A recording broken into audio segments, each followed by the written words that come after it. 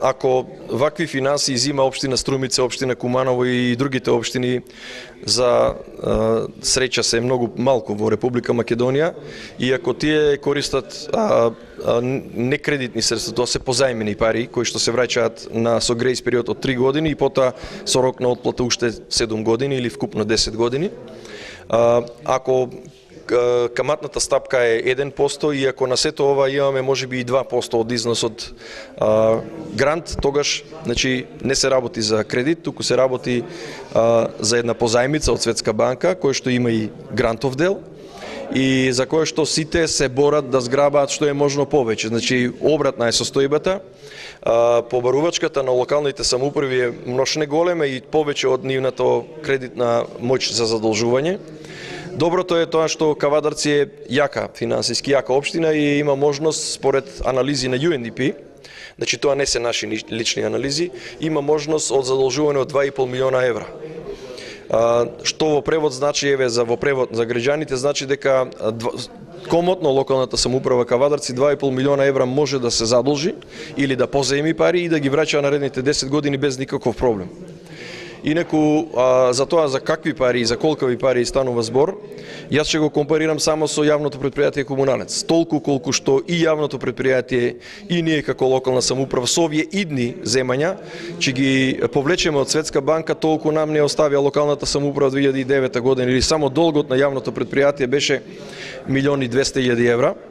кој што го амортизиравме за неполни 2 до 3 години. Така што мислам дека тоа се нивни јалови обиди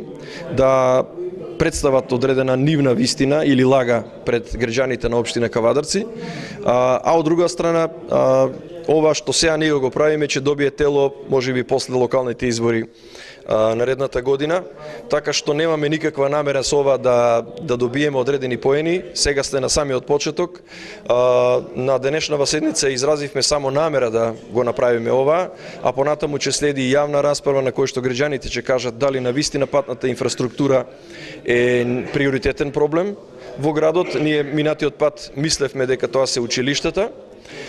Тогаш, ако добро се сеќавате и ако ги премотате лентите на вашата телевизија, ќе видите дека токму тие беа кои што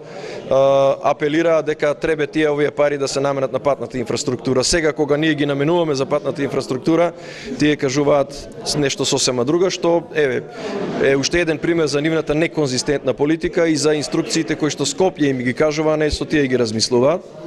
И би им посакал да продолжат така, затоа што тоа е најдобриот начин како да самите се конфронтираат, да се спинуваат и да им кажат на граѓаните дека тие не гласаат за нов асфалт на Митхоџи Василев Јасмин, на 7 септември, на Едвард Карделј, некогаш на Едвард Карделј, на Северен булевар, на булевар Македонија, односно на скоро сите главни улици. Тоа ние можеме да го направиме наредните 4 до 5 години, меѓутоа граѓаните го бараат сега и мислам дека е добра оваа можност, затоа што ја нема секогаш, да ги искористиме овие финансии од Светска банка, кои што, пак ќе повторам, се позајмица од Светска банка, која што се враќа на 10 години, не се оваа кредитни средства.